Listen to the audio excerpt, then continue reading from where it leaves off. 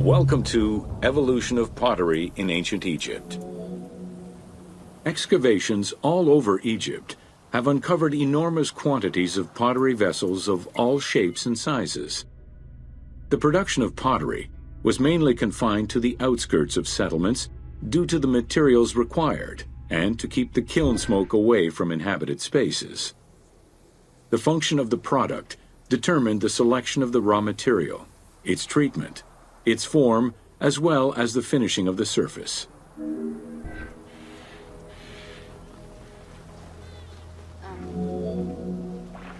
Pottery was essential to ancient Egyptians' daily lives.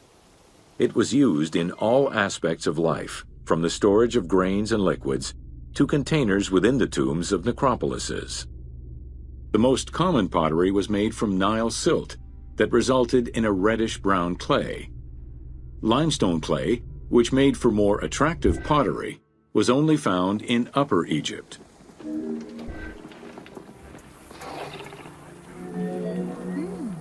Early pots were made from pinched or coiled clay. Chopped straw, ashes, and other minerals were added, and the mixture was then smoothed and decorated before being put in the oven. Pots were fired in bonfires or enclosed within a brick kiln.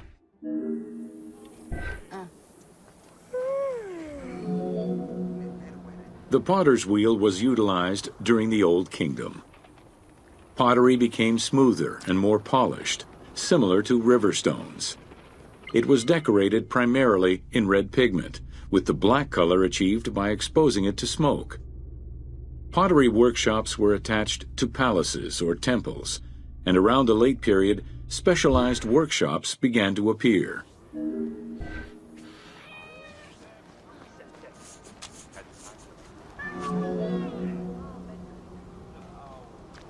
Quartzite particles, which created the rich blue or green glazing, became common during the New Kingdom. Mediterranean motifs and tin-based glazing came with the Greco-Roman era.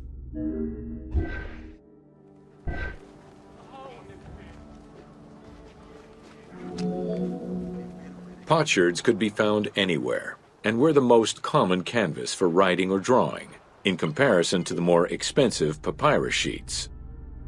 Named after their Greek description, ostraca contained daily life records, letters, or could be drawn upon. Artists drew sketches for temples and tombs, or simply for leisure.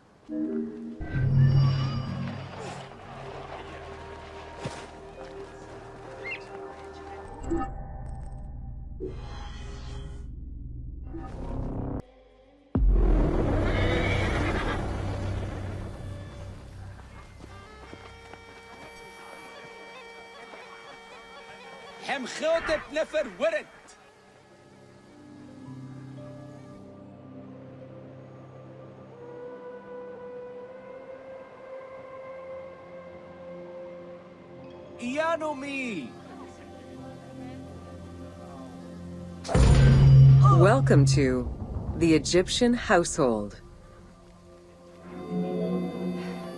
In pre-Greco-Roman culture, women were considered equal to men in many matters. They owned property, testified in court, could divorce and inherit. Until the Greeks and Romans restricted their rights, Egyptian women could take over their deceased husband's trade. Marriage contracts included mentions of allowances and items of value brought to the marriage by the woman, which would forever belong to her.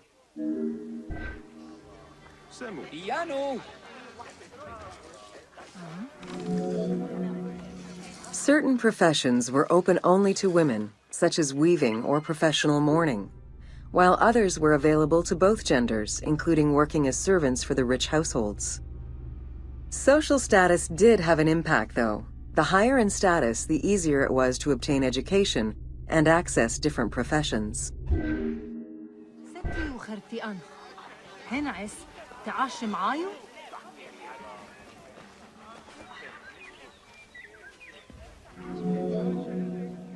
Homes were generally composed of 3 rooms. First, there was the entrance, furnished with a small bench of brick, probably intended for a statue and protective divinity. Then there was the ceremonial room, meant to receive guests. The last room was either a bedroom or kitchen. Furniture consisted of basic chairs, chests, and storage. Tables were not used for family dinners. Instead, each individual had a small table of their own.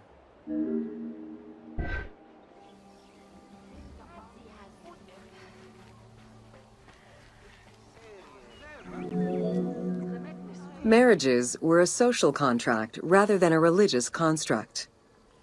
Family was vitally important to ancient Egyptians, and children were considered a blessing from the gods.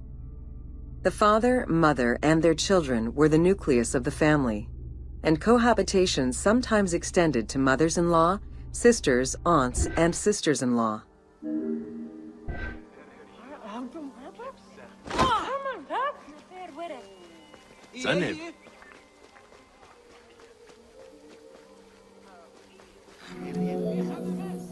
Status and wealth played a large role in the style and size of ancient Egyptian homes. Commoners' houses were built with sun-baked mud bricks. Wealthier homes were often painted in white and decorated with various motifs.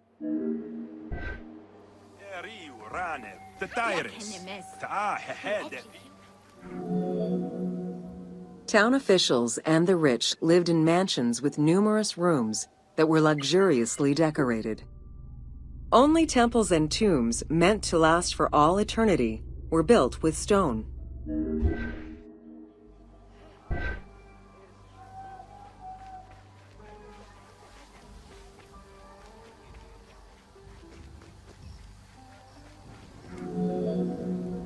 Funeral stone inscriptions focused on the main member of a household. Encircling this person would then be a spouse, parents, and children, possibly even siblings. These stones were so structured because there were no surnames in ancient Egyptian culture. Parents and children were a sort of family tree, which allowed for the identification of the deceased.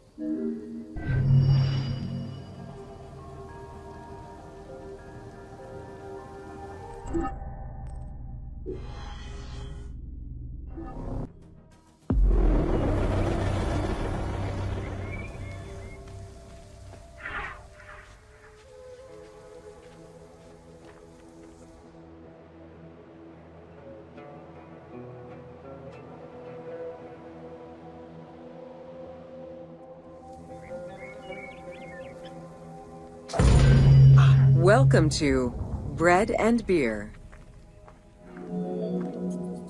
While the Mesopotamians invented beer, including using a straw to avoid the sediments and herbs, ancient Egyptians perfected the brewing method. Egyptian beer's quality was determined by alcohol's strength, color, and flavor. During the Pharaonic era, beer was the most commonly used and important alcoholic beverage. The state and temples used it, along with bread, as payment to workers, and it was included on the lists of food offerings to the gods and the deceased.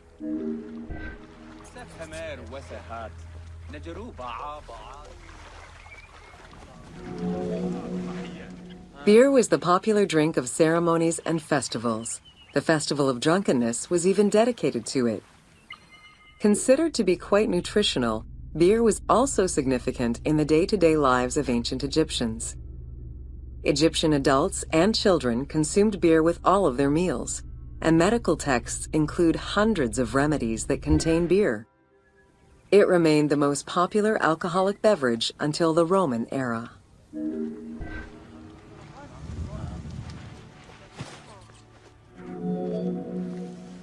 Recipes for beer varied over time and depended on the quality of the materials. Bakers and brewers typically worked alongside one another at the same workshop or house. Many families often produced the quantity appropriate to their own consumption, with better quality beers produced for festivals and other special occasions. The most basic recipe used malted cereal as the main ingredient. Fruits such as dates were added along with honey and spices.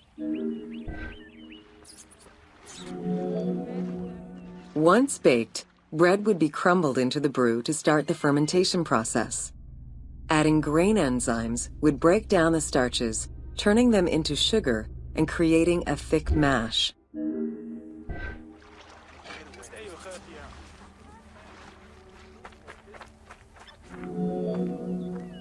Once ready, the bread and grain mixture was compressed and then strained through a sieve with water into the mix of malt beer. Once fermented, the beer mash was transferred to large containers and again compressed by foot or with pestles.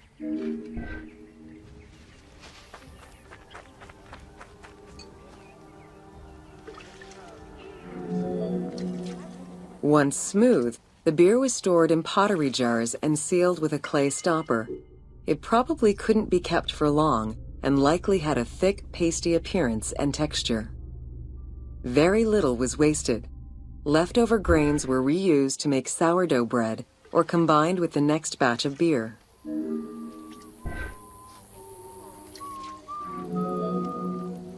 While there are many ancient accounts for making bread, most of the knowledge known about ancient Egyptian brewing comes from an account by the alchemist Zosimus over 300 years after Cleopatra's reign.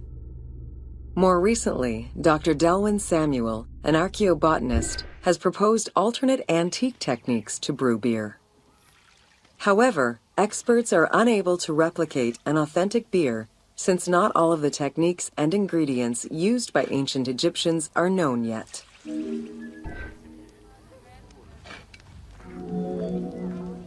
Food was prepared on the floor until the Middle Kingdom, when cooking benches were introduced. The introduction of durum wheat improved bread quality, meaning that the upper and middle classes ate better. The poor, however, still made do with a diet consisting of a gruel made of vegetables, softened bread, or barley.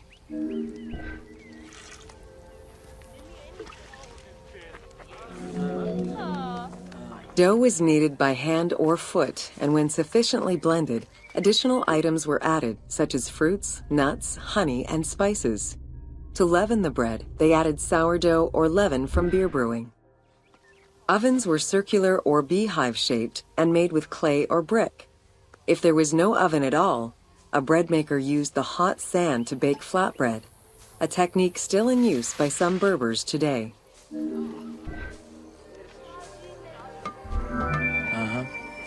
Ancient Egyptians always had to fight off the omnipresent sand particles that were blown towards them. Despite their best efforts, sand regularly made its way into their food. Additionally, particles from the grain-grinding stone tools and ovens they used also contributed to attrition and prematurely worn teeth. The team tried to portray this through toothache animations and commoners sweeping sand off.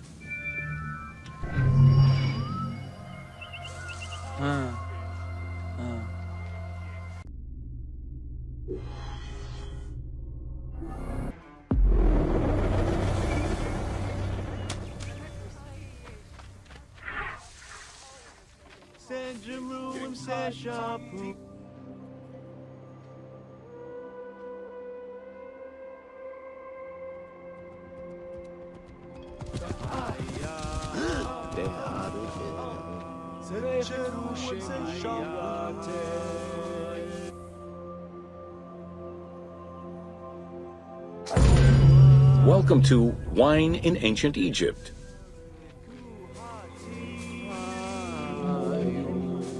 When the god Horus lost his eye in a war with Seth, the ancient Egyptians believed the eye turned into a vine, and the vine's tears became wine.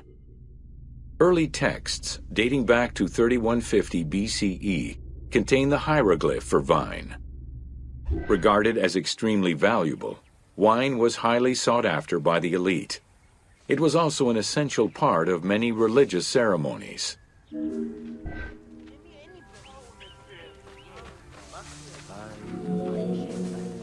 A millennia-old tradition, grape cultivation and wine production was regimented in the way typical of ancient Egyptian bureaucracy. Egyptians kept careful records of winemakers, which they clearly identified on labels. Every landowner with a modicum of self-respect usually kept a vineyard. This held particularly true in the regions of the Fayoum and the Nile Delta.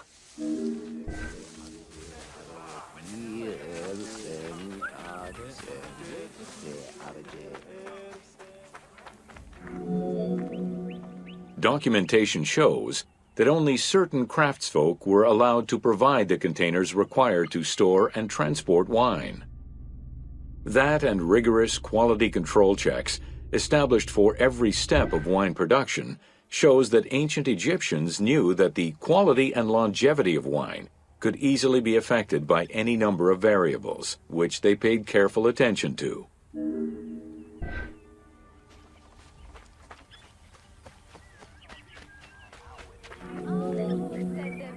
Egyptians had different kinds of wines, most of which ranged in quality from good to very good.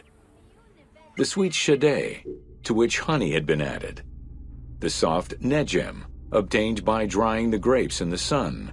The ma, reserved for religious ceremonies. And finally there was the peyor, the mediocre-rated wine, resulting from the second pressing of grapes and reserved for a less discerning palate.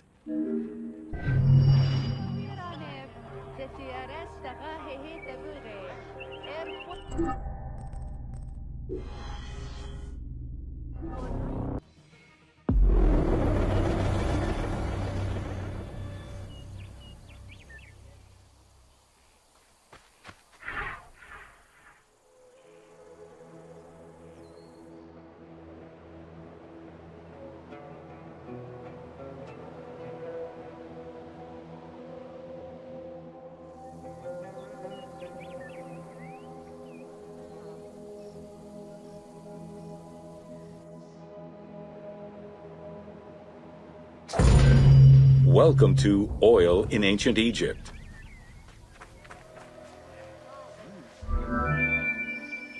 Castor, sesame, and moringa were the source of the most common oils in ancient Egypt.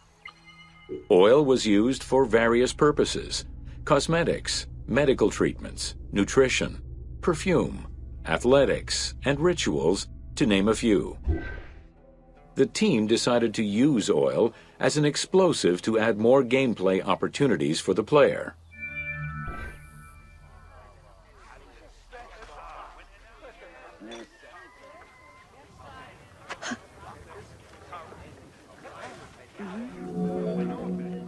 Ancient Egyptians originally used castor oil in wick lamps, but also for cosmetics, such as facial and hair treatments.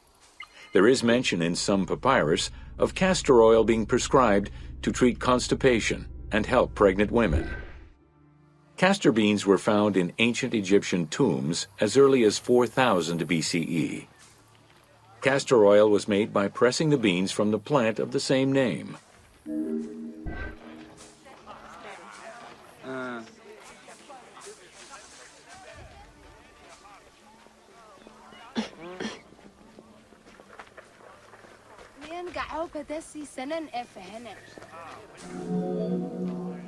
Olive trees were present, though scarce, in ancient Egypt's early history, and olives were mostly imported from Syria and Palestine. Their use and cultivation remained uncommon until the mass arrival of Greek settlers during the reign of the Ptolemies, when demand increased sharply. Olive trees were normally found in the region of the Fayoum and the lands surrounding Alexandria.